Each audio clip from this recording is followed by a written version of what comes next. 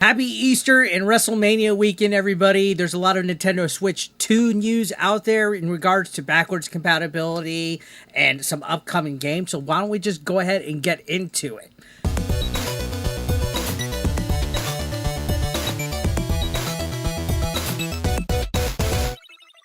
Switch 2 compatibility updates. Nintendo has been quietly, I guess, working and refining on the backwards compatibility for the Switch 2. Some existing Switch 2 titles out there are not going to be running perfectly on the new hardware yet, but Nintendo has come out and said that they're actively working on these issues, which is a good sign, right?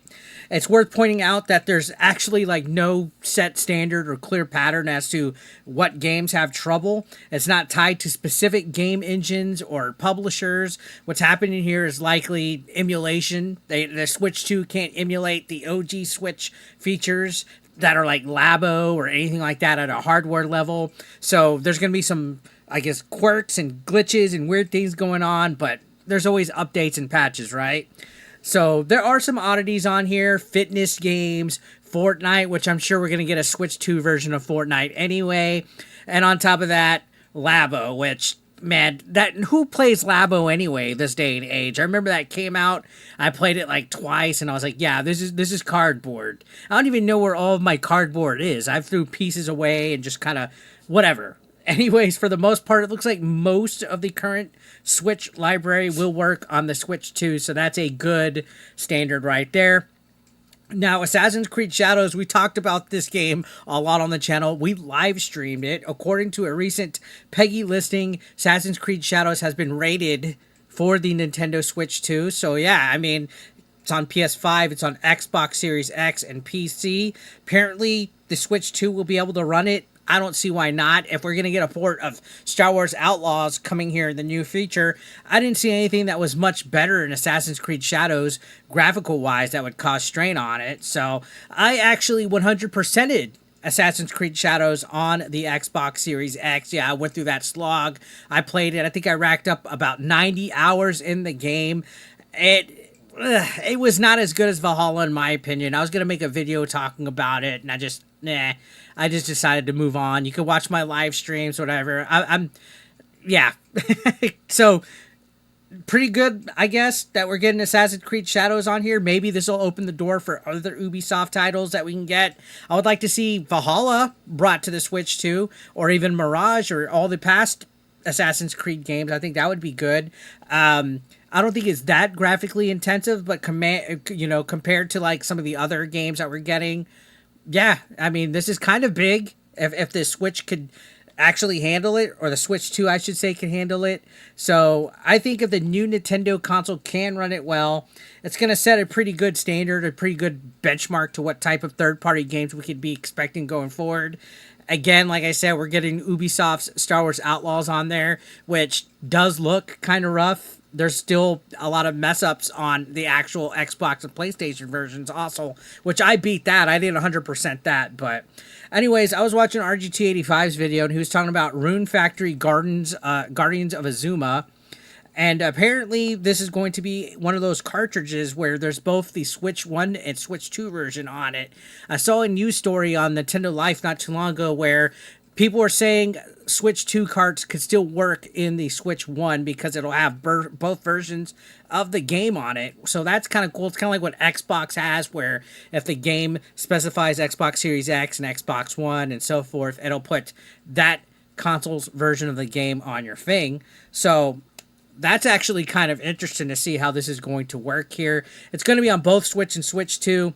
It looks kind of cool. But yeah, again, you can still use it in the Switch 1 console. It'll just run the standard version of the game, not the Switch 2. But if you pop that same cartridge in there, you will get the enhanced visuals, smoother performance, all the upgraded bells and whistles, and all of it's included on the cartridge. So no massive downloads. I think that's a big W right there, right? It's a small detail, but I think it could have a big impact. I think it opens up the door for what you could call forward compatibility, backward compatibility. You know, let's say right now you're not getting a Switch 2 on day one because it's a little bit overpriced, but you want to pick up some of these new games. You could pick up Rune Factory, play it on your OG Switch, and then you won't have to get the same game twice.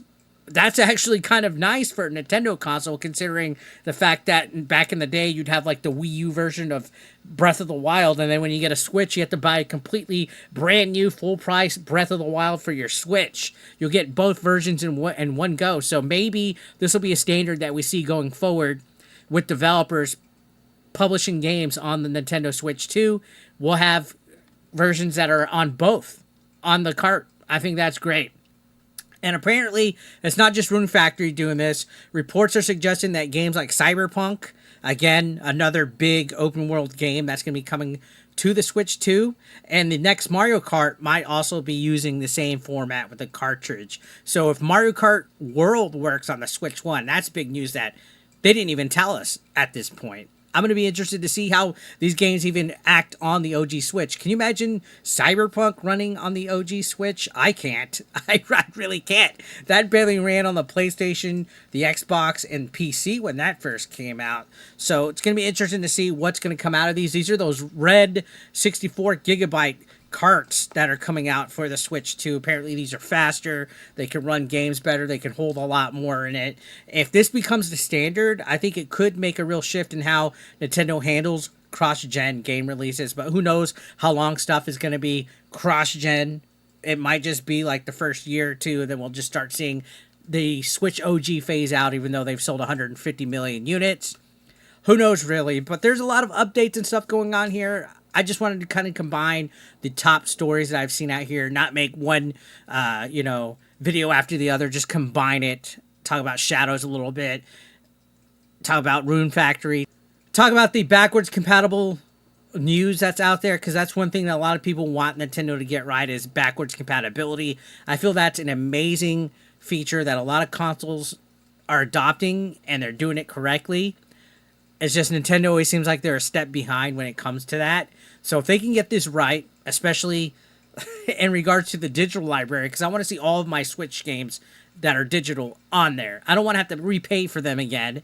And hopefully everything runs all right. You know, this cross-gen transfer, it's weird because a lot of casual people have trouble transferring over to a brand new console generation.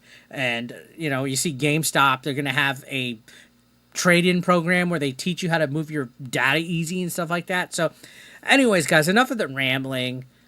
I watched night one of WrestleMania, and overall it was pretty interesting. What are your thoughts about that down below? Everyone's focused on the weekend's festivities, so I don't expect too many Nintendo news headlines to come out this weekend.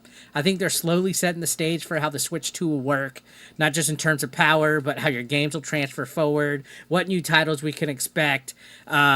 But, it's WrestleMania weekend, so I think it's going to be quiet. I think these are the top headlines, unless something big breaks down. But are you going to pick up Shadows if that comes to the Switch 2? Do you like the dual format cartridge idea that's going on? And what game would you like to see get the treatment? I made a Dream Games video. These games may be on the Switch 2. I'll go ahead and just put it right here if you want to click it. This was my dream wish list of games for the Switch 2. I think they should get them. Anyways, if you enjoyed this video, hit like, subscribe, ring the bell so you don't miss the update. Thanks for watching. I'll catch you on the next one. Thank you so much.